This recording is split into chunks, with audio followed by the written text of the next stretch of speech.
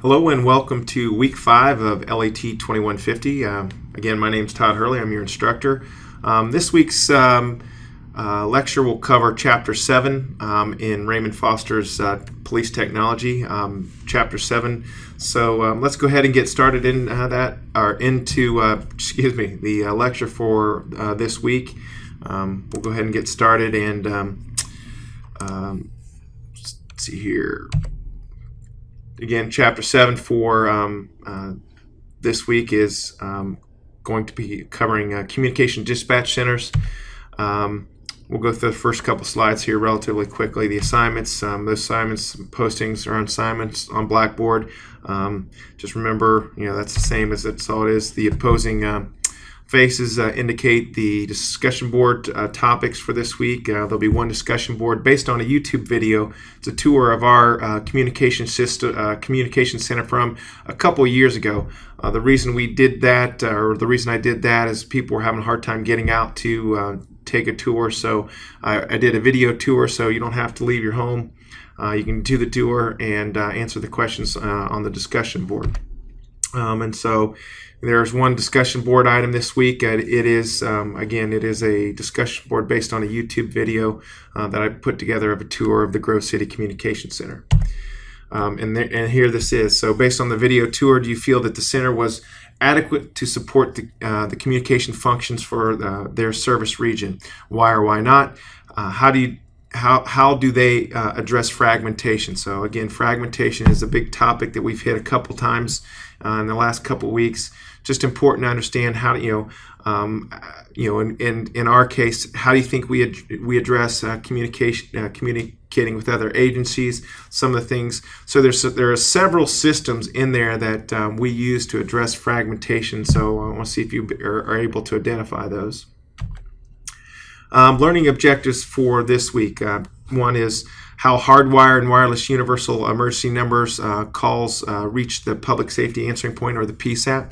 What kind of information is automatically included in a 911 call, anti-alley information, basic functions of computer-aided dispatch, and basic functions of intelligent transport system. Introduction. The dispatch center is the primary purpose. So the primary purpose of a dispatch center is to manage the calls for service from the public, provide communication and information support to field officers, and some centers are the first point of collecting police statistics, and that's no different in our agency as well. Public safety answering point.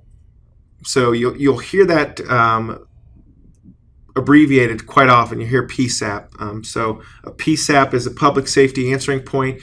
When you dial 911, the PSAP that your call is routed to is the law enforcement jurisdiction in your area. So if you live in the rural township area, typically your PSAP call, your 911 call, gets routed to the county sheriff's office first.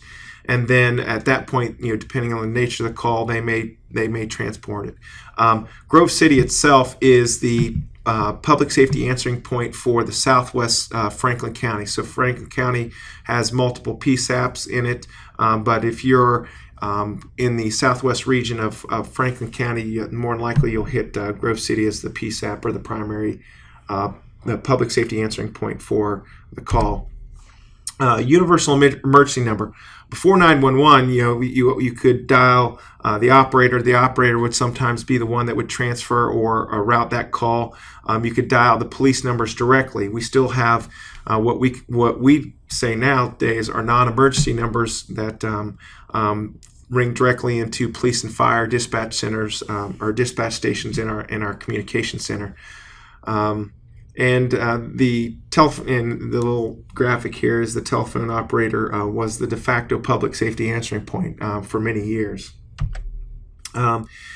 When 911 service began, you were connected with your PSAP, but only your telephone number was available to the PSAP, no name and address. So in the early days, your when you dialed 911, just your phone number went through, not your number or your location identifier went through with that. Your phone sends out what's called an AIN, automatic identification number. The signal then, the telephone number and the digits representing the area code. So what happens there, if you think about the your own caller ID, based on that number is where your call will get routed to. Then when that number comes in, the voice signal and the AIN is passed through to the local exchange carrier switch and are routed through to the 911 tandem. The tandem reads the AIN, or the identification number, and then forwards it to the appropriate PSAP. So the 911 tandem says, okay, this exchange with this number, it needs to go to this particular PSAP. So those numbers are all identified. And in the early stages of 911, that was relatively easy. Certain exchanges were Grove City's original exchange, 875, 871, now 277, 801. What's complicated that a little even more is cell phone technology. Today, numbers and their exchanges are a little less significant, and it's more independent on location. Enhanced 911 automatically queries a telephone company's database that converts the automatic identification number, or that information, into the physical location. That physical location, that information is called the alley. So the automatic location information, the alley information, is we'll come back with a physical street address, and that's more pertinent these days to wired calls to 911. So your telephone number and location are automatically displayed to the PSAP operator. So this here, the picture here is a computer-based screen that shows a PSAP or a 911 call, and it shows that your number comes in as a phone number as well as a location that's generated by that lookup. What about cellular calls? Cellular calls are handled differently, and the technology has changed in the recent years. So today, I was going through the lecture, and I've updated some of these slides just to be a little bit more current than some of the information that's in the book itself.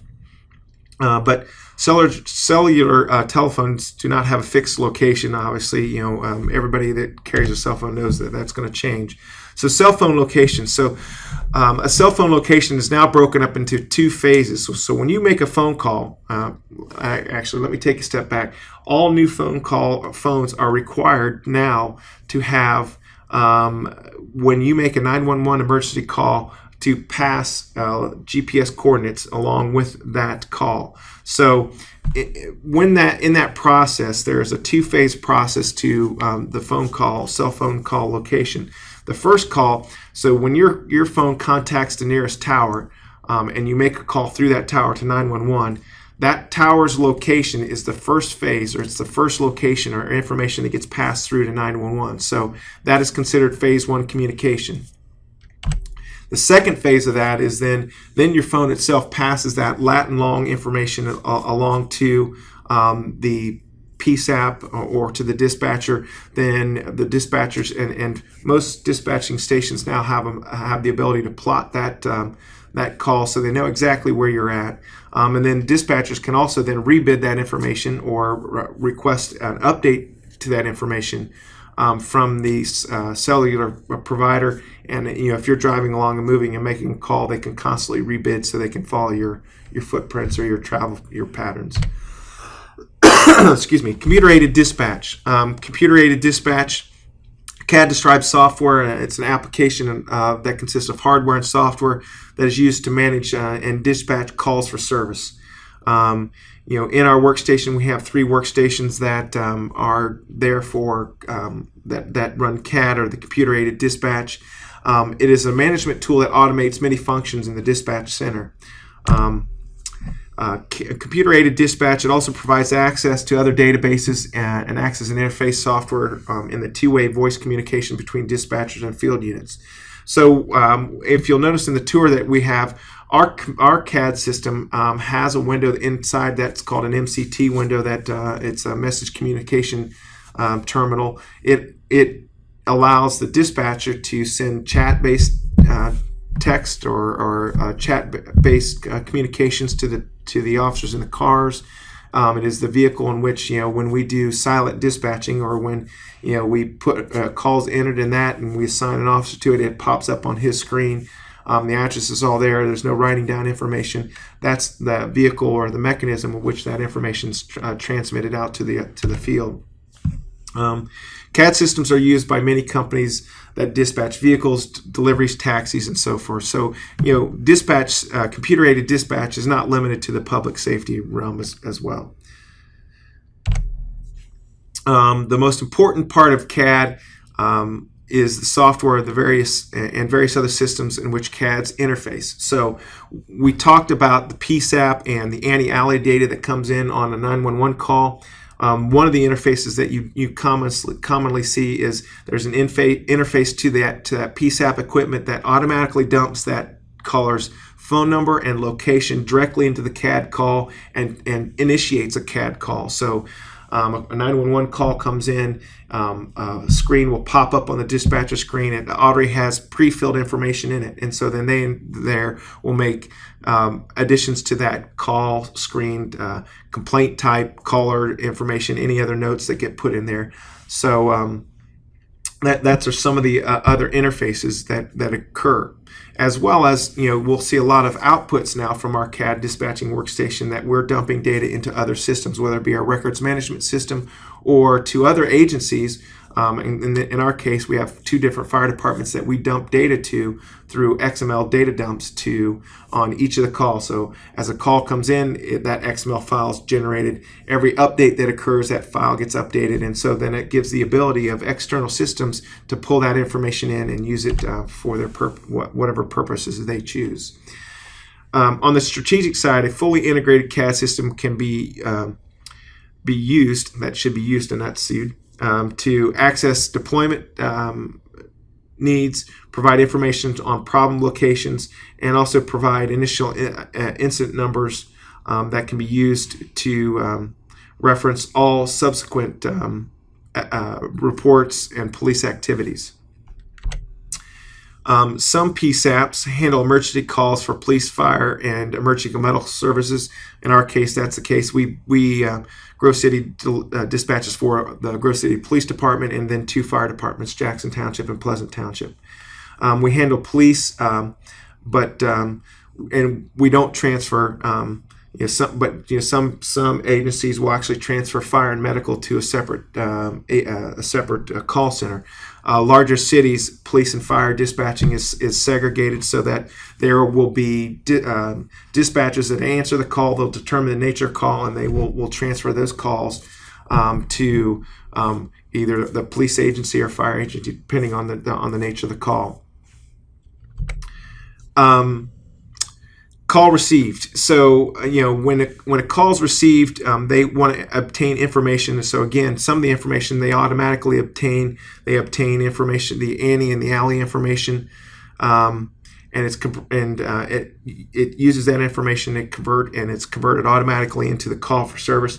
Then there are lots of other information that the dispatcher will want to try to determine from the caller based on the nature of the call, location, the offense, weapons, descriptions, caller information, updated information. But they'll keep the caller on the line and try to update that information. So this is a little bit of the process that occurs, based on the nature of the call.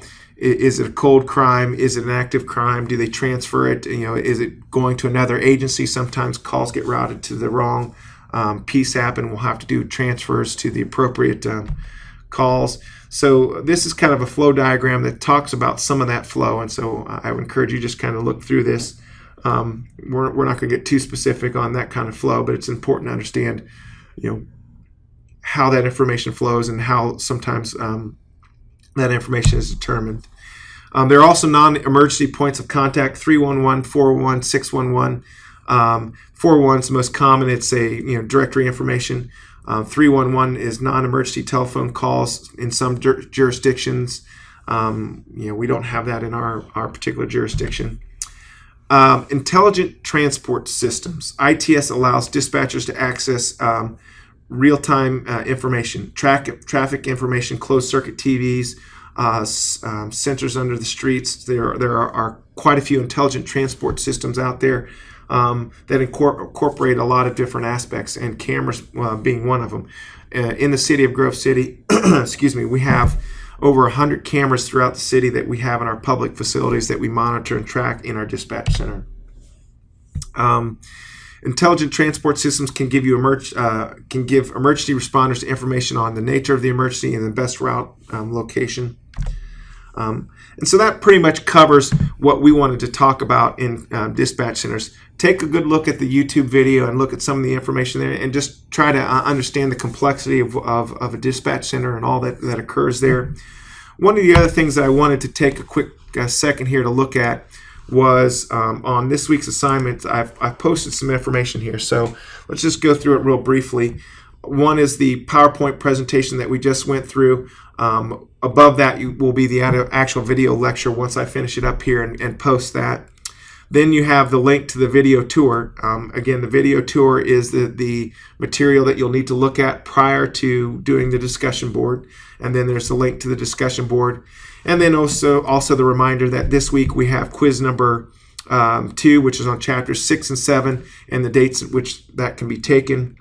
And then the last piece that I've put down here is, to me, it's kind of an interesting thing. There's 3 files here. The first one that is actually the second one here. It's the PDF, and I'll click that, and it shows the location. It's a 911 call that took place several years back, and it's pretty good information on how we use GPS coordinates that, like I mentioned in the lecture about your phone passing those coordinates.